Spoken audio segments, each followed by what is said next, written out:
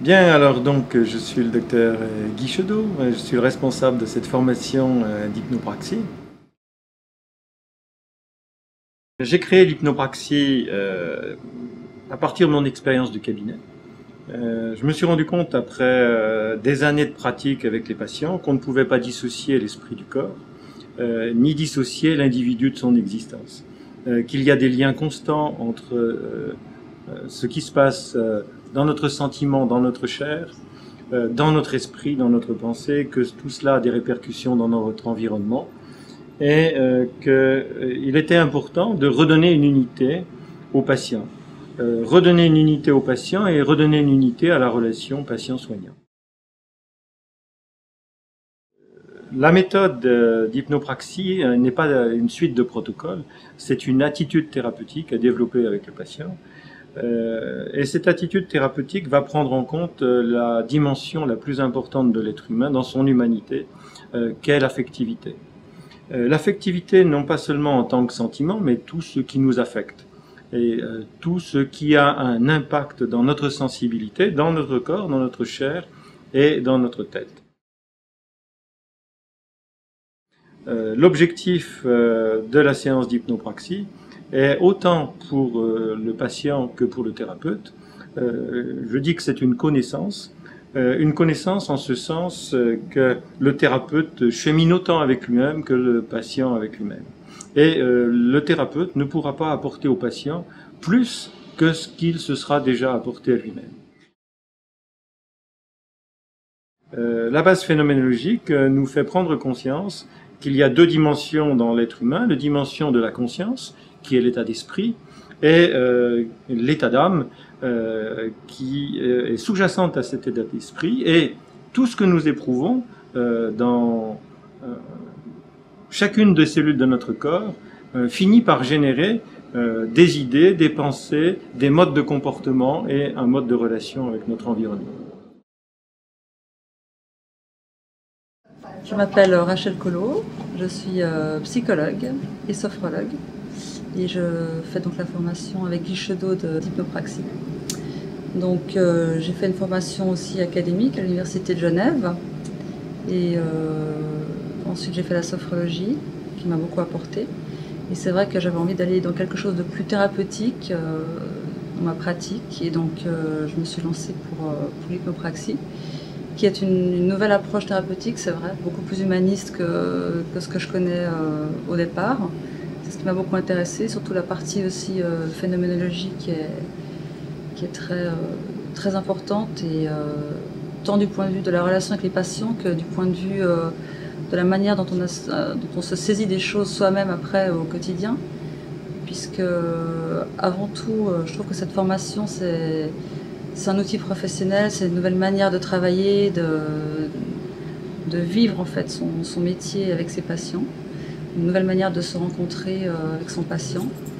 Mais c'est aussi valable pour la vie de tous les jours, parce que, comme je disais, c'est avant tout aussi une formation à soi-même, je dirais, parce que c'est vraiment une manière d'aller au cœur de ce qu'on est, et du coup c'est carrément, je dirais, une sorte d'initiation à une nouvelle manière de vivre et de se saisir des choses au quotidien, tant dans les relations qu'on a avec nos proches, notre entourage, que dans les petites choses quotidiennes. Donc voilà, c'est vrai que c'est très intéressant et très enrichissant. Alors moi, je m'appelle Charles Deschênes. Je viens du Canada presque tous les mois pour venir écouter le docteur Guy Chedeau nous parler de l'hypnopraxie.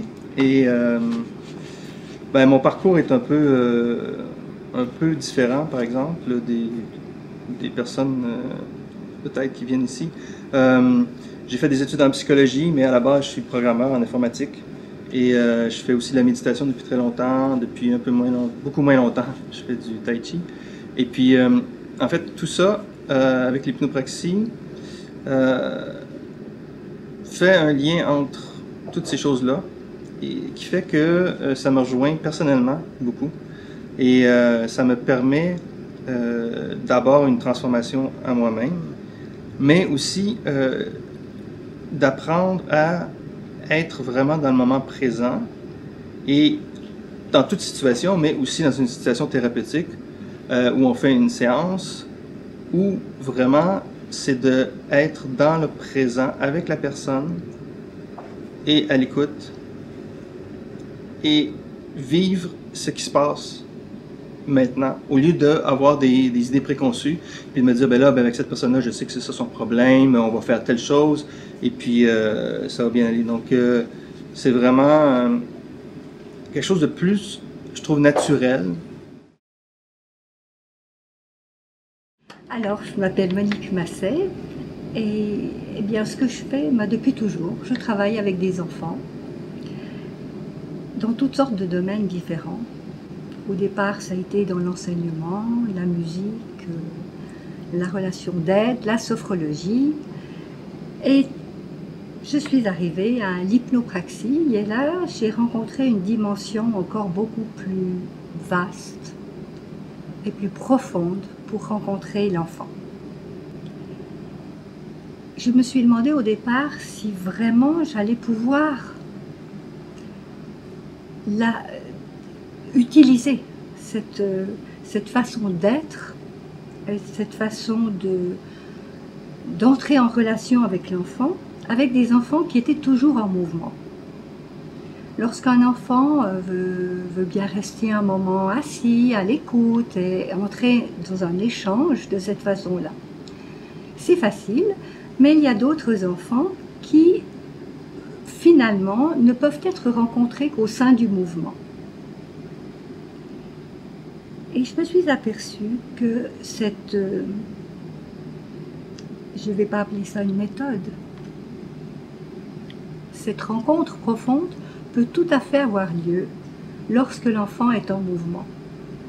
Soit quand il est en train de jouer avec des instruments de musique, ou de danser, ou dans d'autres activités. Et c'est ce que je suis en train vraiment de découvrir et de développer maintenant, pour pouvoir être aussi avec ces enfants-là. Bonjour, moi je m'appelle Richard, je suis neurologue, donc avec une formation très académique et universitaire, et je suis venu à l'hypnopraxie sous la pression insistante de ma femme qui est chirurgienne dentiste et qui avait fait la formation initialement et qui m'a dit qu'au niveau de la relation thérapeutique il y avait véritablement quelque chose à trouver. Et en fait on vient pour au début apprendre, on pense qu'on va apprendre une technique thérapeutique particulière et en fait on commence à comprendre au fil des cours que c'est comment remettre de l'humanité dans la relation thérapeutique, humanité qu'on avait un peu oubliée avec notre côté très technicien et rationnel. Mais je reste très rationnel, mais j'ai appris à être beaucoup plus présent avec les patients, ici et maintenant. Et ça a changé la qualité de la relation et en fait de la prise en charge thérapeutique.